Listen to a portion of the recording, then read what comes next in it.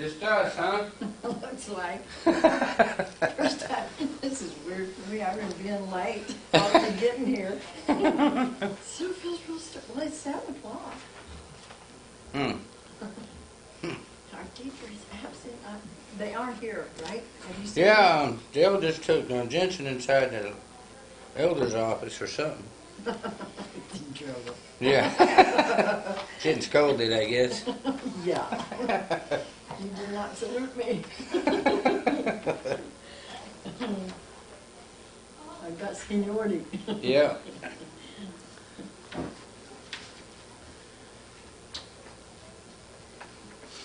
I guess Gene's in the hospital.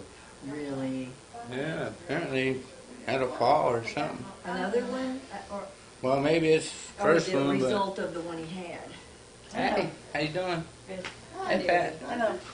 Yeah, I told him, when he took that fall, Mm-hmm.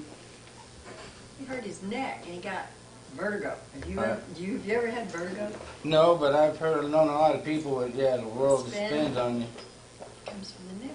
You know? I couldn't talk him into going to a chiropractor. I'll go to the doctor. Well, all they do is give you pain medicine. Yeah. Vertigo stays there. Mm-mm. But if you don't want to listen, Yeah. you can go to his doctors, but they won't cure vertigo. It'll go away on its own before they can do it. Right. And I hate seeing him go to the hospital or to risk another fall Yeah. because the chiropractor gets his neck's out and Right. pinches nerves, causes vertigo. I know. I've been there twice. Not And fun, huh? it's really hard to fix. Right. Really. Medication don't do it though. Either it wears off, Right. you know, you get it straightened up just by everyday living, but he's not that active. Right, right. So, nice his heart. Well, Huh? it's fun getting old. I know. Youth is hard to give up. Anyway, Yeah. we had a Bible study I at bet. his house on Friday night. And so I got to meet lots of Christian people. I wanted to tell my story to some of the people about my abortion. And I think it's peculiar and maybe I think it was wrong for him to have it. Well, it could be. You wait. But I don't know. Hey, John, how you doing? Last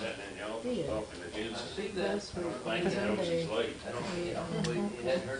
Jensen's getting scolded. the elders said, I'm not sure the things were repaired. well, I yeah, always I forget had where the to, thing's one at. elder said, well, what's the future Supplies or someplace relationship? about that one of You those know, doors. what's the intention here? I know it wasn't working the other So day. we just I looked think it up worked. what I they'll guess do it and- was Sunday, wasn't it? Yeah. Ronnie I says, know, okay. no, I haven't talked to her Hey, yet. that works. Yes. I was like, John will get you in okay. here. Now you gotta talk to me first. Now, Yeah, 'cause he's Yeah, been said, "I'm waiting gonna for do that." the thing is, Hint, hint. I didn't appreciate that part of it. Where am I? He didn't talk to What me. happened to me? Yeah, first. You're late Now, for the class. question is, will it still work? Said something first. No. No. I didn't do I it. didn't mind telling them. I know, it's every time somebody messes with something here, you know. We could visit you. That's right. Well, on tomorrow night now. but No. it's, even if it wanted, we wanted it Really? to be, Yeah, we no. didn't want them to think it was. So, Ronnie and I can come and visit you. Scripture. Hey! So I You heard must say, You heard it through the grapevine. on Sunday. The 4 of us can come and visit. No, the 4 of us can't. No, I mean, So Ronnie. let's And see, Tina, Dale agrees with me. myself, and Dale Philip. agrees with me, no. The four you can't, no. No, because John and I are going out to visit the Hutchisons. Sam won't be home. Oh, he's going with you? No. No, John. Oh, okay. The other John. Yeah, you got to remember, we only have about 5 Johns. Spin that us a little bit there, Dale, would you please? We don't have recording yet. Okay, we're covered. Okay, we're going to finish up Genesis chapter 17 tonight, and then we'll get into Genesis chapter 18. In your handout, you're on page 41. Didn't bring the right one, Pat? Oh, I got 42. Well, That's okay Once we because studied the lesson. there's only 2 comments on 41, page 41 for you, so that's okay. We're just finishing up chapter 17, which is the end of. We almost got it finished last week, and What'd you do, run the class off? no, my wife had her wisdom teeth pulled yesterday, and she had Daughter's a. out of the country. Huh? Your daughter's out of the country. No, my daughter's teaching. She told Miss Pat she had to leave the state. Well, maybe. Yeah, she's leaving this Saturday Oh. or okay. Friday. One time Jay Mary went home. She's leaving Friday to go to Christopher's graduation in Nebraska. Yeah, out of the country. But she's here tonight. She's teaching for Florence because Florence had her wisdom teeth pulled yesterday, and she had a very rough night last night. And so she's taking pain pills every 4 hours right now. Of course, Maxine still not able to get out at night. I don't know where Kathy England is. Maybe she went down to see Down her. there in that foreign country. Yeah. I saw her car come in. She's down No, you saw Somebody else was. Robin's car. It looks a lot like that now. there. Robin's a lot lighter. Yeah. There's a darker one over here, parks over here too. Oh, there is? Yeah. Gene McPherson was admitted to the hospital yesterday. If you did not see the email message, he's in Integris in 578. I think, isn't that right, Ron? 578. He was supposed to go to see his doctor yesterday for vertigo, and John and Brenda found him on the floor. They took him, or had ambulance take him to the emergency room yesterday, and they put a catheter in his bladder because he hadn't been urinating. He's dehydrated.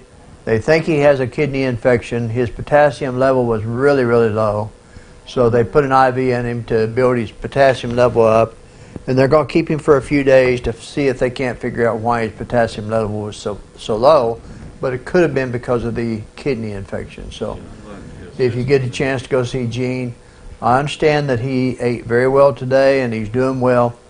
But I know he'd appreciate visits or even a phone call if you get a chance to do that. He's in 578 in Integris Baptist Hospital. Bunch of assistants where I don't know where Donna is tonight. Sometimes when there's possibility of severe weather, she doesn't come in, especially if Tommy's out of town. And I think Tommy's out of town. So, and there is a storm coming up from Altus. It's supposed to be here about 8 o'clock, but what they said was our temperature is so low that by the time it gets here, it's probably not going to be severe. So, Won't hurt my feelings. won't hurt mine either. Yeah, but the leading edge is supposed to get here at 8. That's plenty of time to get home for the bad stuff. That's true. We have hail about this big. 3 inches. As you know, John Well, Vincent. It did say 3 inches now. John Vincent hasn't been here at night lately on Wednesday nights. He's having a lot of problems with his eyes, so having a hard time seeing at night. And and Marcia's having some illness right now too. So You need somebody to pick him up. not right now. I told him, I said we'd be more than happy to do that. So he's hoping that his eyes will get better. He had a shot put in his eyes and hoping they'll get better where he can. Yeah, he said it's the most painful thing you can ever have. So anyway, that's why he's not here tonight. Other than that, I don't know of anybody else. Jensen, you want to lead us in prayer tonight? Our Heavenly Father, we thank you so much for all your many wonderful blessings you've provided us in our lives. We thank you for this opportunity to be able to gather here this evening to study another portion of your word. Please be with us, to have us have open minds and open hearts, and to be able to apply what your word in our lives and to become better servants for you. Please be with John and Marcia, that you help them through this time and help us do what we can to comfort them and ease them of this period in their lives. Be with others who are unable to be here with us, and also forgive us of our sins of the pandemic. In Christ's name we pray. Amen. Amen. All right, Genesis 17, we're going to begin at verse 21, but remember what's happening here now. God is talking to Abraham, and in verse 20, he's well, in verse 19, he's talking about the fact, my covenant, he said, and you shall call his name Isaac. He's telling Abraham he's going to have a son. His name will be Isaac, and that my covenant with him for an everlasting covenant, and with his descendants after him. And then in verse 20, he says, and as for Ishmael, I have heard you. Behold, I have blessed him, and will make him fruitful, and will multiply him exceedingly. He shall beget 12 princes, and I will make him a great nation. So we begin at verse 21 then, and he says, but my covenant I will establish with Isaac, whom Sarah shall bear to you at this set time next year. So, this is a three-part covenant that is to be passed on through the Son, who was still yet to come, and whose promise evoked laughter from both of his parents. And we talked about that laughter from Abraham last week. We'll talk about Sarah's laughter tonight, hopefully. So hence it is fully evident that this covenant referred chiefly to spiritual things. First to the Messiah, and the salvation which should be brought to both Jew and Gentile by his incarnation, death, and glorification. Then we look at verses 22 and 23. Isaac, go ahead and read verses 22 and 23 for me, please. Then he finished talking with him, and God went up from Abraham. So Abraham took Ishmael, his son, and all who were born in his house, and all who were brought with his money, every male among the men of Abraham's house, and circumcised the flesh of their foreskins that very same day, and God had said to him. Okay, now, in your handout on page 41, capital letter H, Abraham's faith moves him to obey God and comply with the demands of the covenant of circumcision, okay? That's the last thing you'll find in your handout.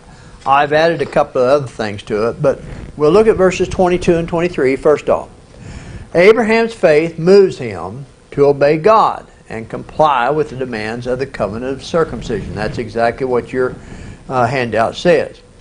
So the idea is that Abraham's obedience was immediate as he shows himself to be a faithful covenant partner. Biblical faith is never simply a cerebral exercise. Now, what do I mean by that?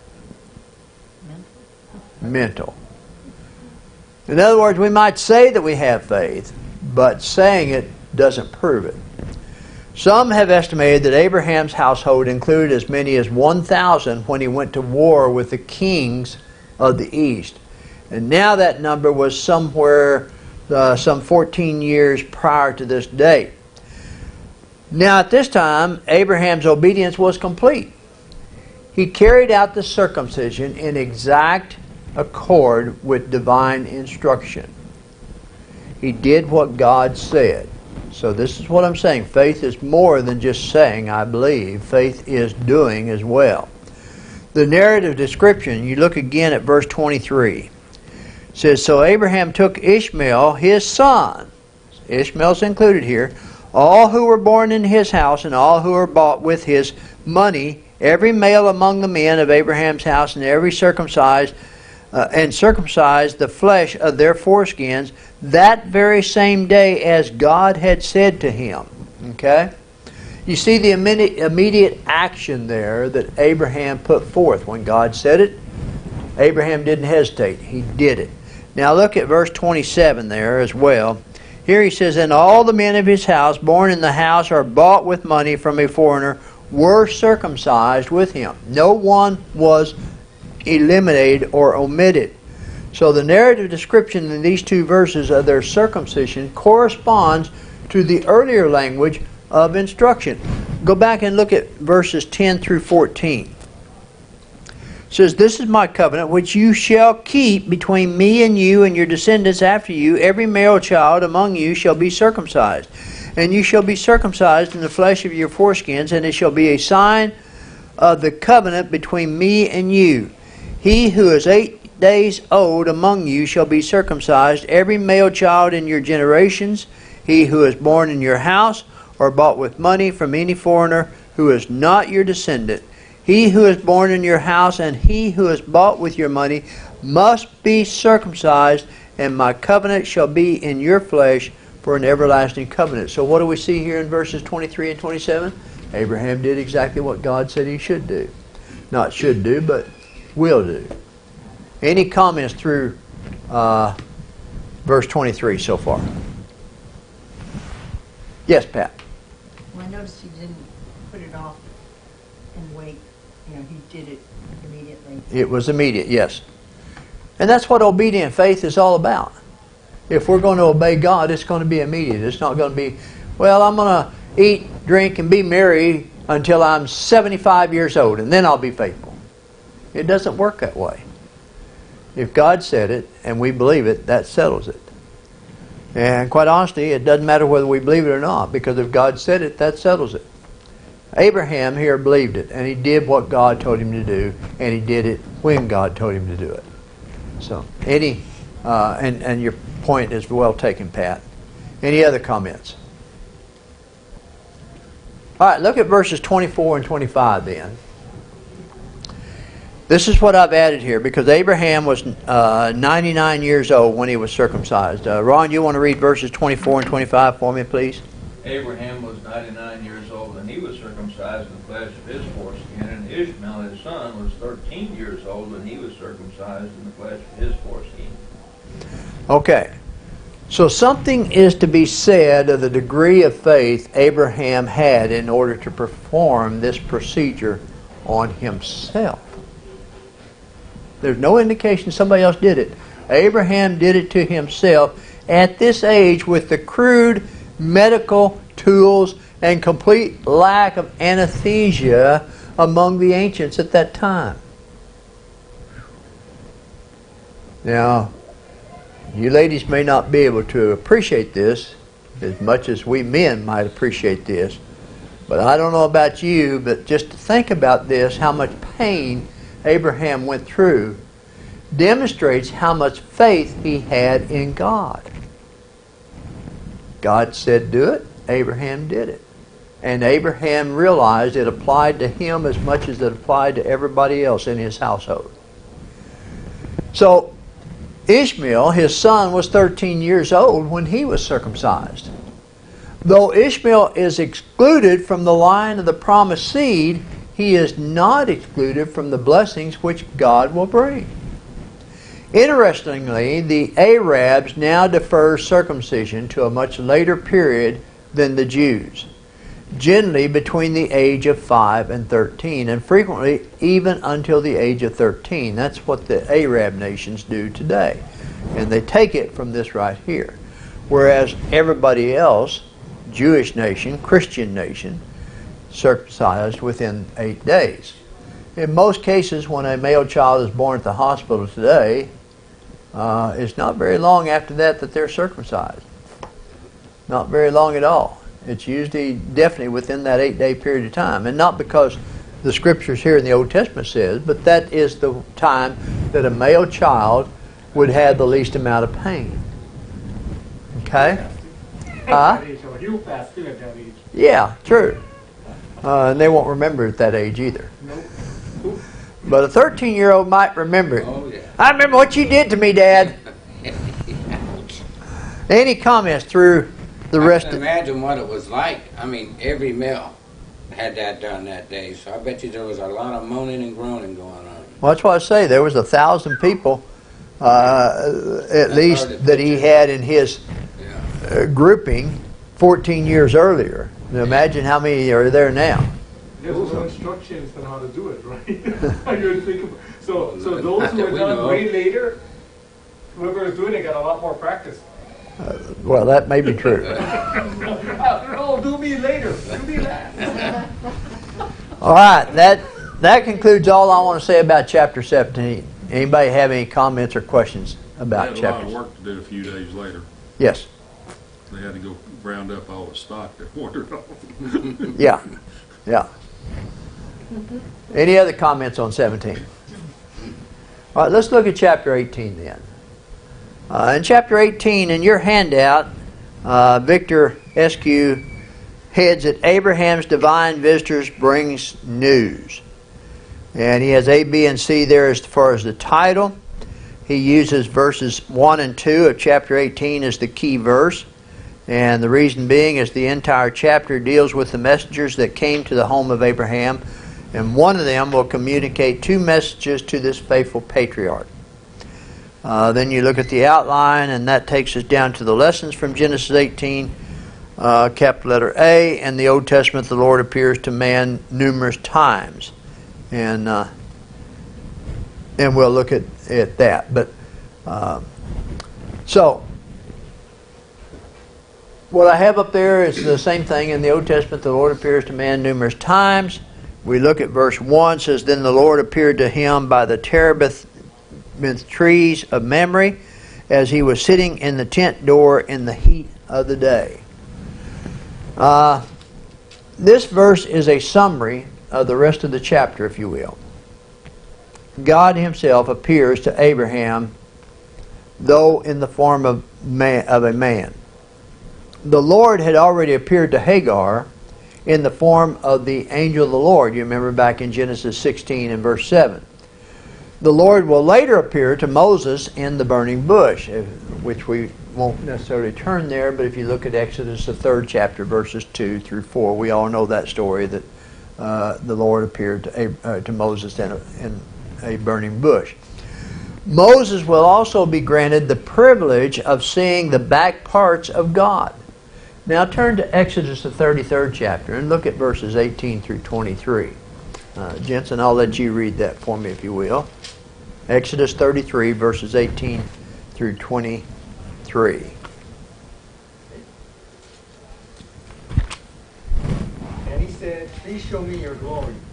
Then he said, I will make all my goodness pass before you, and I will proclaim the name of the Lord before you. I will be gracious to whom I will be gracious, and I will have compassion on whom I will have compassion. But he said, You cannot see my face, for no man shall see me and live. And the Lord said, Here is a place by me, and you shall stand on the rock. So it shall be, when my glory passes by, that I will put you in the cleft of the rock, and will cover you with my hand while I pass by. Then I will take away my hand, and you shall see my back, but my face shall not be seen. So, what we see here is God appeared to him in the burning bush. Here, Moses was able to see his backside, but was not able to see his face. So we need to understand 2 concepts. First, we need to understand manifestations. God can take any form and appear unto any man. Okay? Secondly, we must understand anthropomorphism. And that is when God, who is a spirit, is described in human terms. Okay? Such as God being described in the burning bush. Okay? God, a spirit. Angel of the Lord. Various ways of describing God by mankind.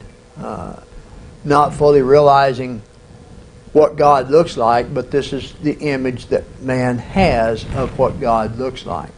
All right? Any comments? Okay, so we go to verse 2 then. And the question that we see is, who are these men? This is capital letter B in your handout. Could they be all 3 members of the Godhead? Many believe they are the second member of the Godhead and 2 angels. All right, so let's look at verse 2, where it says, So he lifted his eyes and looked, and behold, 3 men were standing by him. And when he saw them, he ran from the tent door to meet them, and bowed himself to the ground, and said, My Lord, if I have found favor in your sight, do not pass on by your servant. So, question is, who are these men?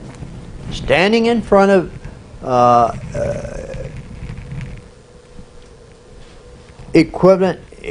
standing in front of, as we read here in verse 2, is equivalent to our knocking on a door, okay? They're in a tent. They're standing in front of the tent opening. They were politely waiting to be acknowledged and would not come closer until they were invited. Abraham immediately seeks to provide for his guests then. He sees them, he invites them. He bowed himself to the ground. These gestures expressed both the warmth of Abraham's welcome and his deep respect for his visitors. Okay?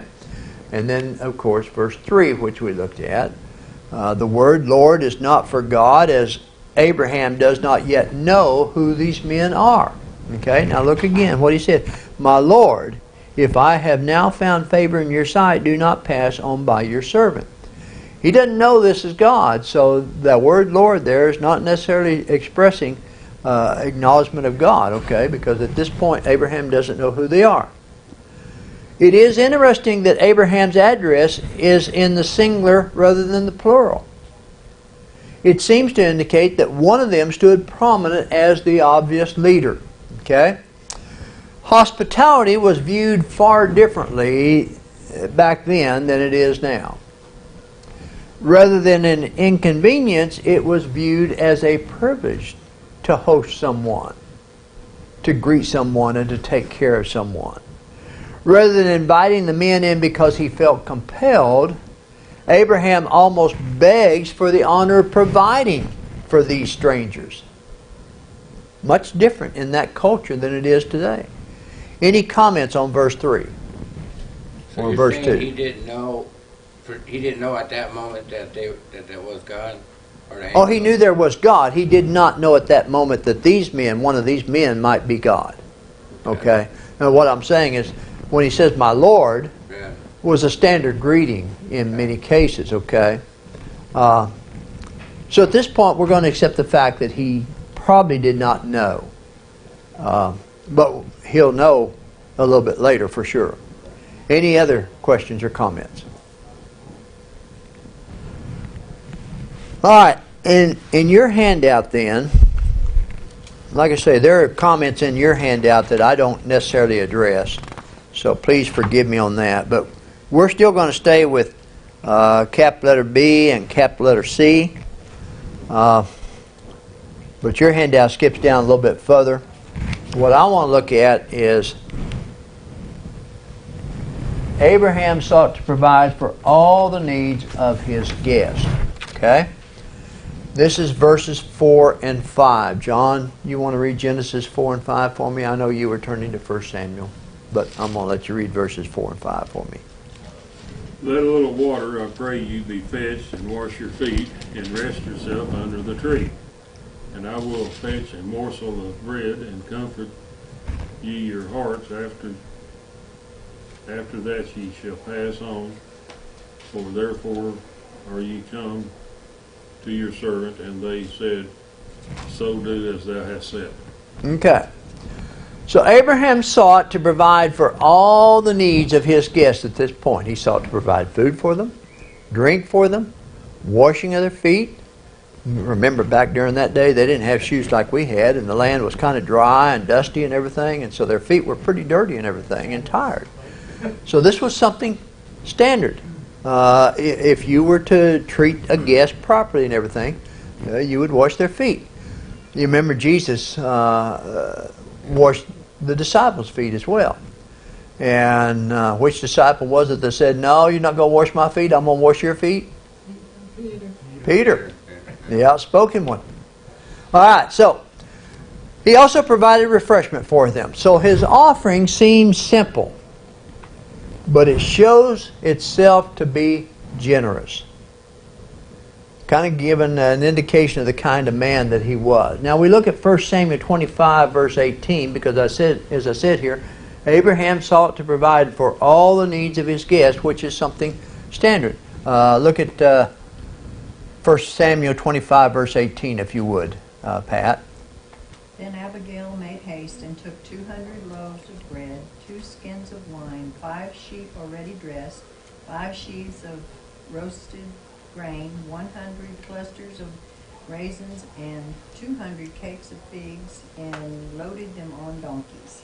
Okay, now, Karen, let's go back and read verses 6 through 8 for just a moment.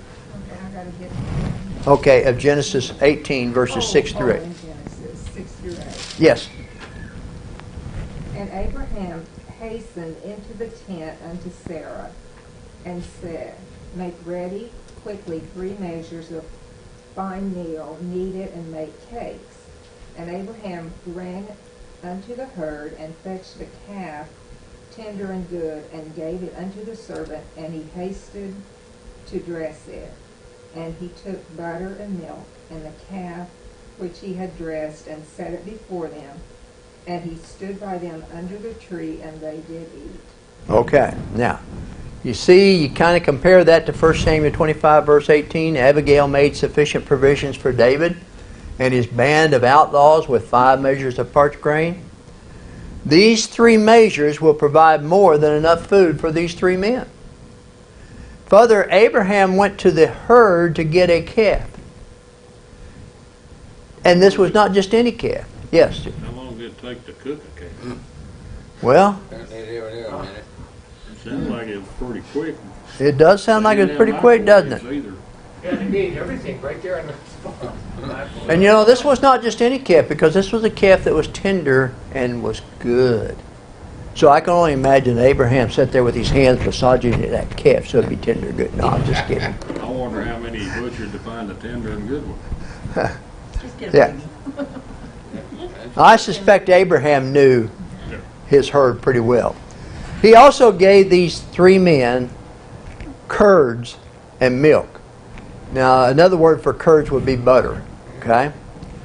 Providing a calf shows either his relative prosperity and social standing, or his desire to give his best to his guest, or it could have been both. My guess is that it's both, because Abraham was a very wealthy individual, and he was able to give his guests the best he had, and he was willing to do that for his guests, because that was the kind of individual he was as far as entertaining passers-by or visitors, okay? Abraham promises modestly a little water and a morsel of bread while hastening to prepare the sumptuous feast.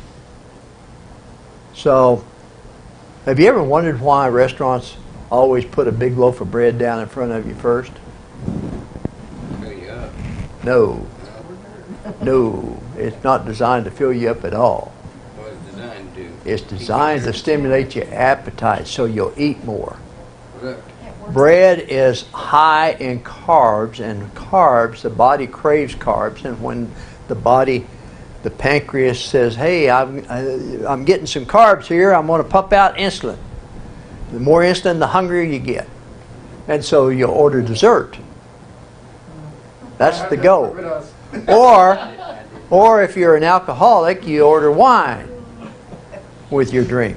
And that's where they make their money. So they push that bread. Well, I'm just saying that because here we have 3 visitors, and the first thing that Abraham does is gives them a little water and a little morsel of bread to stimulate their appetite, to prepare for this sumptuous feast that he is preparing for them. John? The water's to wash their feet, not to drink. Well, that's part of it too. But it was to drink too. It says to wash their feet.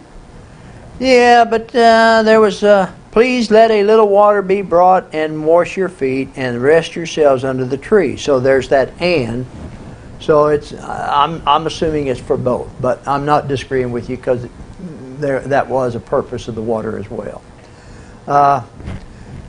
Any other comments? So he stood by under the tree as they ate. So the implication is that he stood by to be of service to them. Here, Abraham is both servant and host in this case. As we all do as well. When we invite someone into our home, oftentimes we're not only being a host, but we're also serving them, aren't we? We want to make sure that they're taken care of. If we've invited them for a meal, we're going to make sure they have plenty to eat. And we're going to act as both waiter and host, or servant and host. Any comments through verse 8? Well, to me, kind of interesting that it doesn't say that Sarah prepared at all. No, it doesn't. And also, later they even say, where's your wife? As if to say they haven't even seen her. Like, Yes. What is she doing while he's doing all that? Yep. We're going to get to old Sarah, because Sarah can't be ignored in this chapter. So, let's look at, turn this up right where it should be. Let's look at verse 9. In your handout, again, you'll see that in your handout it's not there because you don't start till cap letter D, which would be verse 10. Okay? And we'll get there. Let's read verses 9 and 10. Let's see. Debbie, would you read that for me, please? Of Genesis chapter 18. Then they said to him, Where is Sarah, your wife? So he said, Here, in the tent. And he said, I will certainly return to you according to the time of life. And behold, Sarah, your wife, shall have a son. Sarah was listening in the tent door, which was behind him. Okay. Good old Sarah is listening, eavesdropping. The purpose of this visit was to reveal the news to Sarah. Abraham, when asked where she was, stated that she was in the tent, where a wife usually would have been when guests were outside. If you were to go to the eastern countries today, you would find similar fashion today. In the 18 months that I spent in Korea, eating in various South Korean homes and everything, there was a custom. The women prepared the meals. They never went into the same room with the men. They put the meal on the table. The men went into the room and the men ate first. And then the children came into the room and the children ate. And after all the men and the children left the room, then the women came into the room and ate.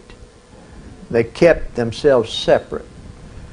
This is similar to what you might see here with Sarah. She's staying in the tent while Abraham is out as a host and as a waiter to these three visitors, okay? But they have come to bear news, to reveal news to Sarah. And so they're asking that question. And so the promise of a son through Sarah is renewed at this point in verse 10, and a set time appointed for the birth. Now look at verse 11. Verse 11 says, Now Abraham and Sarah were old, well advanced in age, and Sarah had passed the age of childbearing. So not knowing that this is God speaking, and possibly not having been told of the promise by Abraham, you remember in chapter 17, God promised Abraham that you're going to have a son from Sarah. So possibly Abraham hasn't told Sarah yet. Maybe because he felt she wouldn't believe him. Most wives don't believe their husbands. Oh, I'm sorry. Okay, so not having been told of the promise by Abraham, her response is a natural one at this time, okay? So now let's look at verse 12. And that brings us to your handout. If you look at cap letter E, Sarah's laugh. Okay? So, Isaac, read verse 12 for me. Therefore Sarah laughed within herself, saying, After I have grown old, shall I have pleasure in my Lord, being old also? Okay, so Sarah laughed within herself. It is worth noticing the difference in her laughter and Abraham's. Remember, how did Abraham laugh? With his head bowed. With what? His head bowed. With his head bowed. Okay, Yeah. and we talked about that Abraham's laugh was more of an excitement, a joy because of the news that he received, and a respect for God in that he had bowed himself to God. Okay? So Abraham fell over and laughed, or I don't like, and this came from one of the commentaries, I don't like that phrase, fell over, because he didn't fall over from what I can see. He bowed himself, okay? Sarah laughed to herself, though, and laughed behind Abraham, where he would not be able to see her smile. Abraham knew he was speaking with God at the time of his laughter. Sarah only knew that there were three strangers outside and hearing what she heard. So Sarah's display of shock is not as skeptical as that of her husband could have been. But I don't believe that her husband's laugh was out of skepticism. I believe it was out of faith and out of joy. At least Sarah does not fall on her face laughing. Again, commentaries suggest that, but that is not the way I see the text. You might disagree with me, but I see Abraham having faith and rejoicing. Sarah's response is more of a bemused reflection after she overheard the visitor announce her forthcoming pregnancy to Abraham. Some commentaries suggest that Abraham's laugh certainly seems to be the worst, yet hers is the most notorious. Perhaps this is due to what follows the laughter, though. Think about Sarah's laughter here. Ultimately, Abraham faithfully obeyed God, didn't he?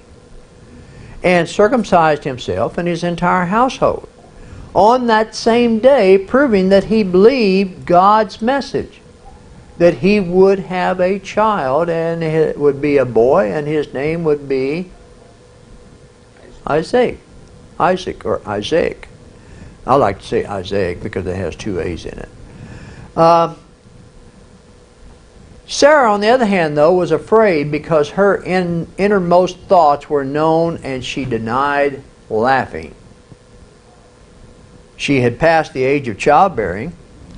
The Hebrew literally reads, Sarah no longer experienced the cycle of women. How old was she at this time? Anybody remember? 89. 89. She was 10 years younger than Abraham, wasn't she? And Abraham's 99, okay? So, Sarah, having reached menopause, was beyond the point of being able to bear children. I think there might be a possible reason for this as well, because it demonstrates again the power of God. When God says something, it's going to happen. So in discussing the proper conduct of a godly wife, Peter notes that Sarah calls Abraham Lord. Go to 1 Peter chapter 3 and look at verse 6. Isaac, did I ask you to read? Read that for me. As Sarah obeyed Abraham, calling him Lord, whose daughters you are if you do good and are not afraid with any terror. So as we see here in chapter 18, Sarah not only called Abraham Lord to his face, but she also called him Lord when she spoke of him within herself. Even when she could get away with calling him whatever she wanted, she still maintained a proper attitude towards her husband. So you see that verse there, let's see here. After I have grown old, shall I have pleasure, my Lord being old also? That phrase, shall I have pleasure, the precise meaning of this term is somewhat obscure here. It is translated variously, conception by an ancient Aramaic translation, lust by Halet, she spoke of him within, delight by Nedot. It may suggest sexual pleasure, but probably suggests this. Not so much in the conception as in the education and fruition of a child. Remember, she's 89 years old. She's going to have a child now. This child has to be raised up. And how much older is she going to be as she raises this child? Okay? So that takes us to verses 13 through 15. Ron, you want to read verses 13 through 15 of Genesis 18 for me, please? And the Lord said to Abraham, why did Sarah laugh, saying, shall I surely bear a child since I'm old? Is anything too hard for the Lord? At the appointed time I will return to you according to the time of life, and Sarah shall have a son. But Sarah denied it, saying, I did not laugh, for she was afraid. And he said, no, but you did laugh. Now, just when we start getting really interested, they go and ruin it all by ringing the bell. Second and third. Fourth bell. Second and third. They didn't ring a first one? There was only one first one. He's just being meticulous. You had that thing getting in, you would have looked up. Well, yeah, but John rang the bell and I came in.